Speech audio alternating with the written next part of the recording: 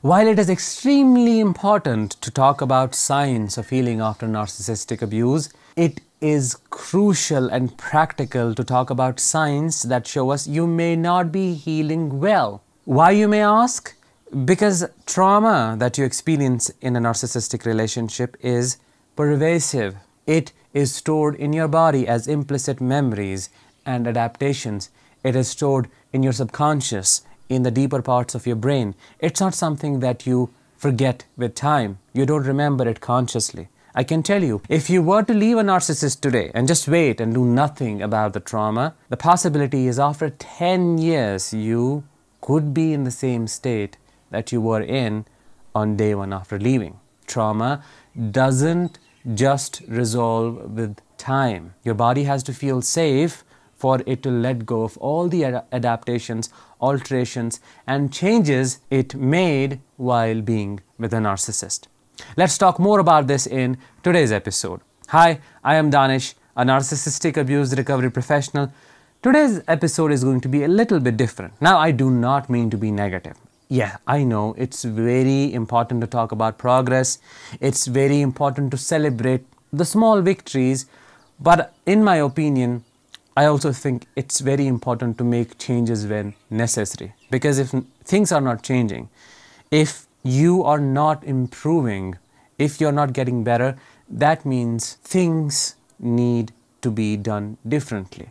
So for these reasons, I'm going to share with you 5 signs that show you may not be healing well after narcissistic abuse. If that sounds interesting and you're eager to learn more with me, please make sure to subscribe, because as I always say, your subscription to this channel helps in spreading awareness about narcissistic abuse, and it connects so many survivors with each other. Before I get started with sign number 1, I would like to know, where are you in your healing journey?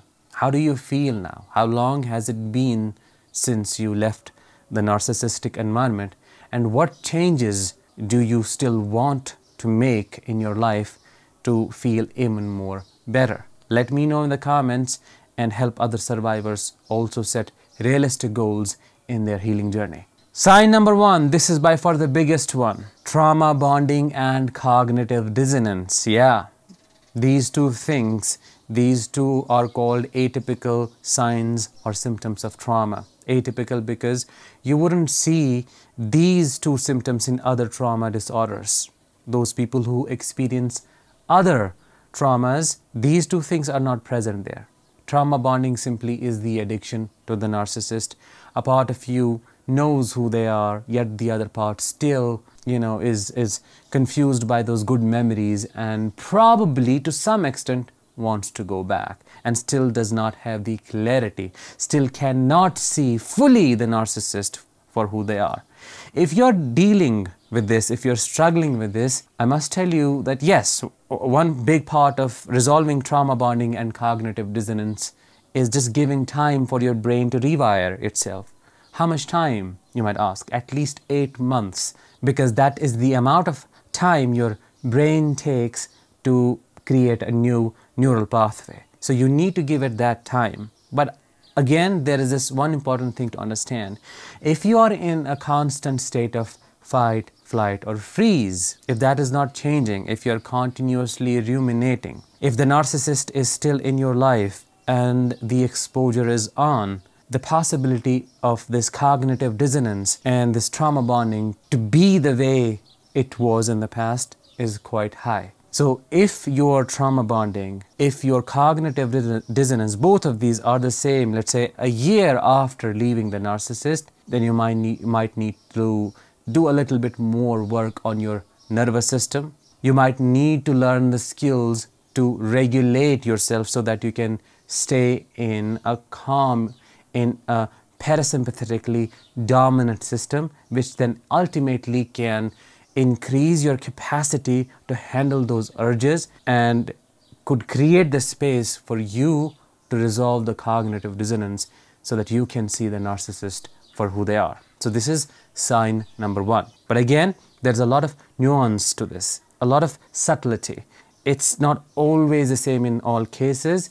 However, the general idea is within a year or so, your cognitive dissonance, your trauma bonding should have reduced significantly.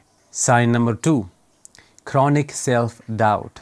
A narcissist is a master manipulator. They are masters at convincing others, in this case you, that they are the problem. You are the cause of every single thing that happened in the relationship. I keep saying this. This chronic self-doubt should resolve as you wake up to your reality, as you understand narcissistic abuse, as you know what happened to you, as you start accepting that it was all a lie, as you start making peace with the fact that they betrayed you right from the beginning of the relationship until the very end. However, if this chronic self-doubt becomes pervasive, something that doesn't go away, no matter how much you study about narcissistic abuse, no matter how much you talk about your experiences, you're constantly doubting each and everything you say and do, that shows your trauma is stuck. It is more than it being a cluster of thoughts, it is a cluster of sensations, emotions and feelings, shame, for example, insecurities, extreme criticism that the narcissist put in your head. The combination of many things, these three being the main, they're stuck in your body. You might need to do a lot more than talking. You might need to do things like EMDR, brain spotting, something that takes you to the body so that you could release this, grieve it out, and accept the fact that you did not cause any problem. Sign number 3, and the obvious one, getting triggered very easily and having intense emotional flashbacks. What are emotional flashbacks? Emotional flashbacks are extreme emotional states that you felt when you were with the narcissist, and you feel them when something triggers you in the present environment. It is a given that here and there you would get triggered, let's say on occasions like someone getting married, someone dying and so on. It's a given. It's okay, it's normal if you have a flashback here and there. But if this is your routine, if this is your life, even after leaving the narcissist and it's been months, I would say years, and you still have those flashbacks continuously, you still feel that shame, chronic self-doubt as I was talking about it, panic, anxiety, paranoia, all those things that you feel, if you are still experiencing them, the same thing is true for you. The body is showing you that it is still hurt. The injuries have not healed much. Your amygdala has not gone through the proper recovery process. It is still inflamed and it is still reading the environment too much. There is heavy emotional dysregulation going on. Your window of tolerance, which just means how much distress you can tolerate at a given moment, is still narrow, and you need to work on that. You need to learn how to stabilize your system so that you can learn how to sit with your emotions and release them properly so that they do not come out in situations in which you're not prepared to face them. Sign number 4, and one of the most significant ones, extreme memory loss. If not extreme, but still mild memory loss. What does that mean in this case?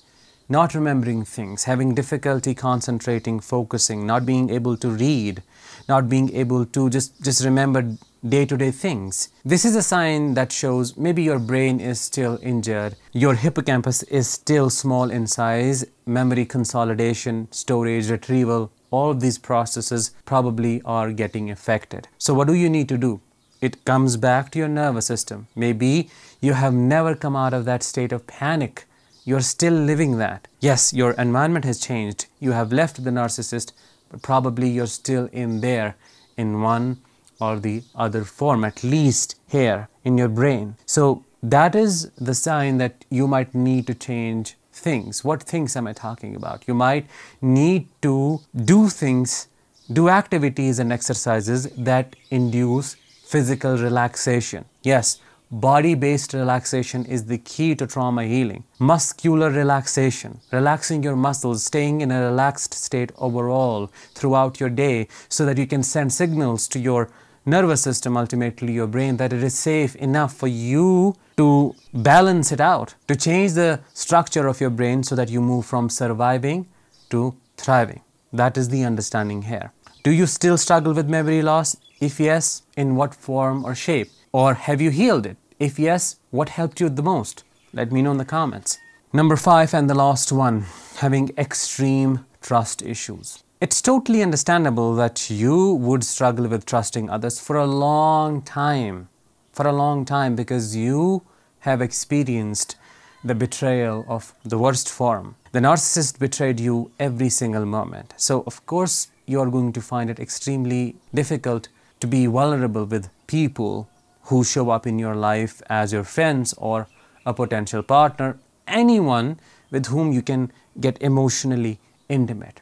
But overall, a year and a half, 2 years, let's say at max, this should resolve over time. Now that doesn't mean you should be able to blindly trust people, of course not. Trusting while being relaxed, vigilant. What does that mean? Doing your due diligence, checking the background, noticing the patterns, scanning the person for behavioral disruptions and incongruency, all that, yet at the same time being open to trusting people if you find out they are trustworthy. What happens after leaving a narcissistic relationship is that you become completely closed off to any form of connection. Any person that you interact with, you get naturally triggered. You always wonder, what must be their ulterior motive? Something they want from me, but they are not showing it yet. What is it that they actually want?